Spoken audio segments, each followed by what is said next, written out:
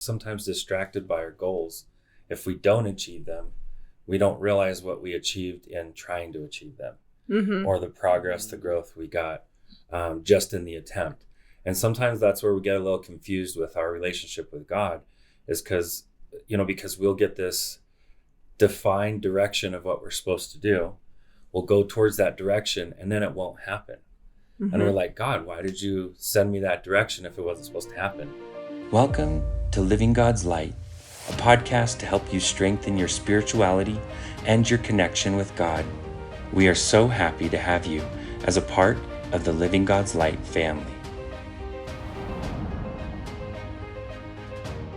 Hello, and welcome to another episode of the Living God's Light podcast. I'm Lynn Taylor, and I have with me Lindsay Young and Todd Tolman and Alan Smith. So what we're going to talk about today is kind of tied to the purpose of life, but many times in life we get stressed a lot. Am I doing it right? Should I be doing something different? Especially when we start asking questions like, what does God want me to do? And that adds a lot of stress. And one of the things that I've learned in the last several years working on the book, some of these things I started piecing together before I even met Vinny and before I started working on the book, The Light After Death. But we'll talk a lot about today about how the question, what do I want to do with my life, is just overrated, and how really we don't need to stress so much about what God wants us to do and how we can live a better life. We're going to talk a lot about that today. So Vinny, tell us about your experience with that whole the purpose of life and what does God want us to do? Primarily, we're here so that we can learn to create. So that's part of figuring out what God wants us to do, is we need to make a plan. And we make a plan, we check it with our intuition, and we get, red light, green light, essentially. And then you go from there. That's how that system works for me. And I think that's the way that we're kind of built. Everybody's system of that red light, green light is going to be different, but it's figuring that system out. And that's what we do as an organization, is help people to figure that out for themselves. So there's not necessarily a right answer that applies to everybody all the time. Yeah, not at all. Alan, what has been your experience with that whole perspective? For me, I think that it's really important for us to understand what it is we're doing here, but also what are we taking with us when we go? I think that's the biggest piece. If when we go, we're going to take something with us, I'd say that's probably our most important focus. What do we get to take with us? Well, it's not any of the earthly goods, any of the money or the houses, the cars, the really cool shoes, because, that's what I love, is the shoes. But what do we take with us? We get to take with us our knowledge, our understanding, and we get to take with us our connections, the people that we know and the relationships that we've developed. So for me, I think that's one of the biggest pieces of what we're doing here. Is there a right way and a wrong way to do that? I think maybe that's part of our discussion today, is how do we manage those things? How do we do those in a way that honors self? How do we do that in a way that honors God? Great questions. Mm-hmm. So Lindsay, what's your experience been? I think what I've found as I've gone along in my life, that I was so consumed with what is my purpose? What do I need to do here? I gotta deliver and give something to the world. And it started to become a dark space. I wasn't meeting the expectation. I created all these things in my own head. But the more I've gone along, I realize for me, God wants us to come here and experience. Really being here, being present, and being present with yourself, the love and trust you have for yourself. That's part of the whole experience. And what I believe is part of your purpose is really tapping into who you are. And the goal, for me, and I believe partially for everyone, is to remember who you are. Remember the spiritual light being that you truly are. This meat suit is just a zip up, who are do you remember who you are when you unzip it? And that enables you to have the fullest, most beautiful experience, whatever you go into whether it's your purpose, you're have this role, you write a book, you do all these things. It's just the spice of life of it all is knowing who you are to deliver that purpose to the world. I agree. Growing up, a lot of times the kind of the culture that I was raised in, there was a lot of what does God want me to do? And the sense that I pieced together after all these years was it's like we're, Shakespeare players on a stage, but that there's a script that the director has, but we don't get the script. But we got to figure out what the director wants us to say in that script. And then I realized there is no script. Life's just improv. And so it's not trying to figure out what that script is.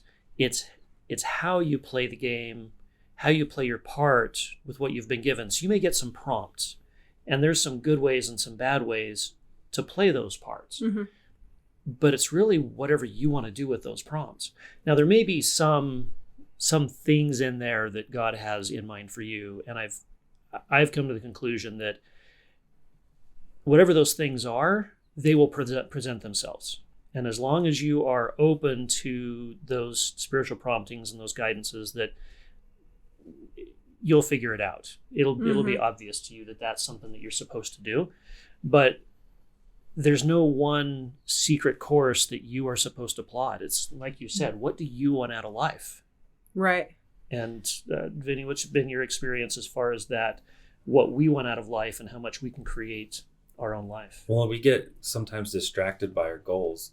If we don't achieve them, we don't realize what we achieved in trying to achieve them, or the progress, the growth we got just in the attempt. And sometimes that's where we get a little confused with our relationship with God, is because we'll get this defined direction of what we're supposed to do. We'll go towards that direction, and then it won't happen. Mm-hmm. And we're like, God, why did you send me that direction if it wasn't supposed to happen? But then the first answer I get when I get to that point is, look at you now. Look where that got you. And that's what this is about. It's not about achieving all of our goals. It's allowing that constant, regular connection, because sometimes God has to meander us around certain things to get us to a specific goal that we couldn't even give ourselves. Mm-hmm. And so we had to go and misfire a couple times to get to the real goal. And once you can understand it's the long game, it's not the short game, but stay connected, don't be disappointed, embrace what comes, but always keep making adjustments and plans for the best. And as you do that, embracing what comes and what shows up, you'll be in the right place at the right time for those great blessings, those great gifts that come. I agree. And I love that. I mean, Vinny, you and I have talked about expectations. Mm-hmm. Having expectations of anything, it can sometimes be okay, but a lot of times not. It kind of is just a fluctuation of emotions and why isn't this working out? But really, I think that confines you when it comes to, I need to find my purpose. It's like having an expectation, a one-track road to that purpose. And you might be missing a lot of what's out on the sidebar, Yeah. So just really recognizing, like, I trust myself enough to go through this experience, knowing that God will lead me to my purpose. I don't need to know it, create the path and do it, that it'll be open to me. And I think a lot of times the reason why we're not allowed to know that long purpose is because we would start messing it up, thinking we know how to get ourselves 100%. To that purpose. Yeah. Mm-hmm. So what's the likelihood that we could completely just screw it up irreparably? I don't think there's a way you can screw it up irreparably. I think it's really about every experience that you have, taking just a minute, whether it's a great day or what you perceive to be a bad day. What can I learn from this experience? And how can I take that experience and use it to improve my life or the life of someone else? How can I use that to better understand my path? How can I better understand myself and where I want to go or where I need to go? How do I use my talents that I was given, I believe, by God in order to move myself forward? How do I move all of those pieces and put them together I think if we're looking at it with the right perspective, rather than expectations, you were talking about expectations. We've got our own expectations, but we also have expectations of others and other things that come our direction. And so we're trying to stir this all around in the pot and figure out how to work it, right? So I think that if we always just take a step back and look at it and say, what can I learn?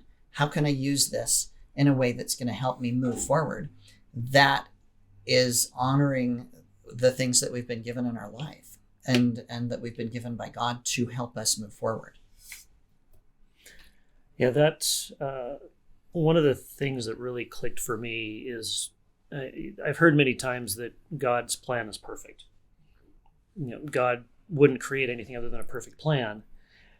We don't always see what that is, but when I started thinking about the deeper implications, with me as a parent, if I were to create a system to help my kids succeed, what safeguards would I put in there? Not even necessarily letting them know that those safeguards were there. I just spent the last couple of days driving halfway across the country with one of my sons who just recently got a car, and I'm not used to being a passenger. I'm used to being the driver. So I was a passenger for 2 days. And there were times where I could see that I could have pointed out an obstacle to him. But I kept quiet because I wanted him to experience without me pointing everything out before it happened. And sometimes I would. Mm-hmm. So I could show him the patterns that I was seeing in traffic and things like that. But other times he would just do it on his own. And it was hard for me sometimes, but that helped me realize many times God lets us, we think this is so hard, but if God's really got it, and God is the perfect guide, the perfect guardian, mm-hmm. He loves us unconditionally. And so as I'm thinking about this, while watching out for traffic, I'm realizing that God's got all this covered, and He is going to have all of these safeties in place, all these guardrails. If I could set up a system where there was no way that my son could get in an accident, I would do it. I don't have that power, but God does. And looking at things that way helped me realize and trust that, okay, life is, like you've said, life is a classroom, not a courtroom. Mm-hmm. So, like you said, experience, learn, grow. What do you want out of this life? And mm-hmm. still do the best you can. I mean, you don't want to intentionally screw it up. You want to grow and grow closer to God. But you can put a lot of trust that God's got this. And keep learning. Keep learning. And to answer your question earlier, how do you mess this up, is to quit. That's the only way. Just like any other school, is to quit. That's the only way we can mess it up. Yeah, reminds me of some stories that we'll share those for another day. But that same thing. It's a message that I have very clearly. It was, hang in there. You're doing fine. Just don't quit. Yeah. Adjust, refine, adjust, refine. Mm-hmm. Yeah. I love the idea that God puts us here and gives us opportunities to grow and to learn and to try those things out. I was involved in Boy Scouts for 25 years as a leader and love the program because it builds on small things into bigger things. And you're always looking for a way for the boys to experience something in life in a safe space. Mm-hmm. Cooking for the first time at a campfire, or and how to do that, how to do those things in a way that is supervised. We come here, I'm sure that God has in mind that we have opportunities and that things to learn, but He puts us in a safe space. Mm-hmm. Most of us get to start in a family that is safe, and that we have people that care and are paying attention to our opportunities. Some people don't have that. They get to have other experiences, and some of those are difficult. But we can all learn from those things. Mm-hmm. And it gives us an opportunity to help serve each other at the same time. Which is huge. I love that. That is one of my favorite things, is serving and caring for people. That makes sense. And what you were just saying, in a safe space, I've said that to my own children, that, you are safe to make mistakes, try things. I'm going to advise you, but this is a safe space to do it. You're home, I got you. But it makes me think about God and us. It's like, it's not helpful to tell your kids all the answers, tell them what to do, because they're not doing it with their own heart. They're doing it with mom's heart and control. Well, and they probably aren't going to listen anyway because exactly. Mom and Dad I've learned or whomever is not going to necessarily have all the answers because they're old or stodgy or whatever that, they're not going to necessarily listen to that. And same thing with us. We don't necessarily listen to what God has to say or listen to the things that come our way that say, maybe you really shouldn't take that motorcycle off that jump. Yeah. Whatever that looks like, right? Mm-hmm. But it looks so Which it's coming from our fighter pilot over there. Yeah, but which just makes a lot of sense as far as making mistakes and allowing that, knowing that it's a safe space is like, so don't get caught up in judging yourself or beating yourself up like, oh, this wasn't towards my purpose or meaning of life. It's like, it all is. All of it, experience it all because it's beneficial in some way. God didn't make this without thought or meaningless, so it all counts. I have a sign on my wall at home in my office that says mistakes and then it's crossed out and underneath it says lessons. And I really believe that if we look at it that way, we can have just tremendous growth in everything that we do. And, is that part of the purpose? Absolutely. Let's learn, let's grow, let's have an opportunity to take things back with us when we take the dirt nap. The dirt. Yeah, I call it when we graduate. When we graduate, when we transition, yeah. All those things work. Yeah. When we get to go home. Yeah. Yeah. Mm-hmm. Yeah. So thank you all for sharing your thoughts. Yeah. Any last thoughts, Alan? Anything you want to share as we wrap up? The first principle in the book is authenticity. And I think that if we are authentic with ourselves around what our purpose is, it's to grow and to learn and to experience and to care for others. Jump in, do it, take care of people, love the people around you, love the experiences and what you have on your plate. Just go, have fun. Love that. Lindsay, what do you think? That I don't really like the word mistake. Like, rip the label off of a lot of, like, some words and things that you've been taught, because really it's just a choice. It's just one of the roads that you took, and it just takes away judgment, shame, move forward and know you're held, and it's all about the experience. Awesome. Vinny? That some of the best things that can happen to us are mistakes. They can help us learn and grow the most. So learn and grow from the wins and the losses, all of them. Love that. Thanks. What about you, Lynn? Well, second everything that you guys just said. But for me, being able to shift that perspective from thinking that there is one specific thing that I need to do in life and realize that it's more like a playground where we go out and we learn and we grow, and all of those, like you said at the beginning, all of those experiences that we have, we take those with us. And I'm excited to see what we're going to do with all those things afterwards. Because as we talked about in the light after death, there's still learning and growth and everything that happens afterwards. I mean, this is all just part of a grand journey, and this is just one little tiny grain of sand on a eternally long ribbon both directions. And we'll say that I am grateful, even with all the challenges, and there have been a lot of them lately for all of us here, that we get to choose in a large regard the community that we get to spend our time here with. So I'm grateful that we're starting this, we've got this Living God's Light community, and we invite everybody listening and watching this to join that. So go to livinggodslight.com. There's information there on how you can be part of it and join with people that have conversations like this and help each other figure out this crazy life and just make the most of it. And know that you're not alone. Definitely not alone. Yeah. Love that. All right. Thank you all. Just a reminder, you want to keep up on the latest ones of these, like, subscribe, all of that stuff. And we look forward to seeing you next time. Thanks. Thank you for joining us on the Living God's Light podcast.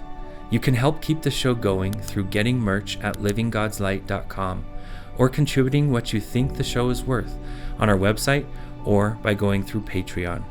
Thank you for sharing your light with the world. You are making a difference, and we love you.